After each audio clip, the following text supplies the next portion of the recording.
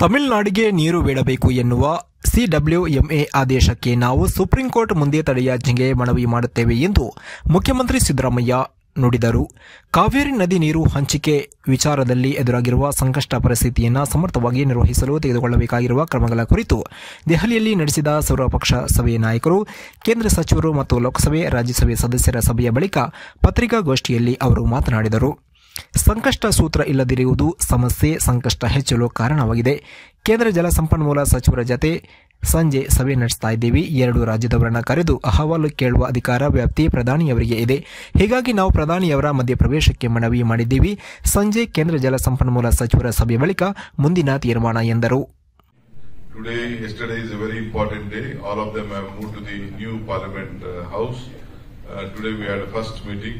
Though we had a lot of issues on Madahi, Krishna and other issues, we took up only this Kaveri issue, and even we did not take up the Meghalaya issue at this point of time. We will take up it later.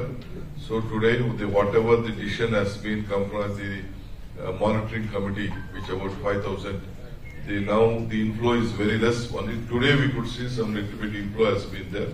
We have compelled the order at some point of time, but due to the distress, we are not able to. Still, the government of the management authority has not regulated the distress formula. At what time, how much water has to be flown when there is a distress is there in the rainfall.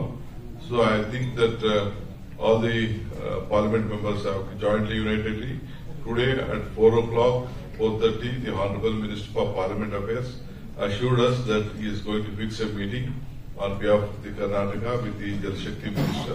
We will present our representation there. We have requested for the Prime Minister also to give us a date, but still due to various occupancy, the date has not been finalized.